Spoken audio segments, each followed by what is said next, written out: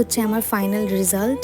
আমি আজকে হেয়ারটাকে ডিফাইন করিনি কোনো কার্ল ক্রিম দিয়ে, যেহেতু আমি ঘরেই থাকছি।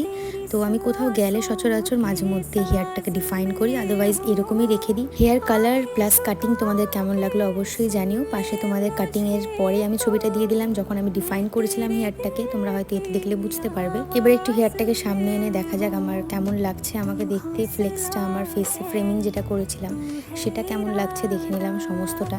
তো চলো এবারে একটু ছাদে রোদে গিয়ে দেখা যাক ন্যাচারাল লাইটে কেমন লাগে কালারটা।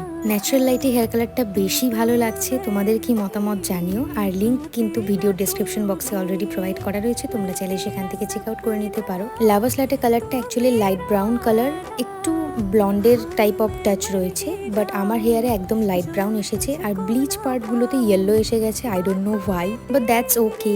আমার খুবই ভালো লেগেছে কালারটা। এই কালারটার একটা জিনিস আমার খুব ভালো লেগেছে, আমার হেয়ারটাকে ড্যামেজ করেনি।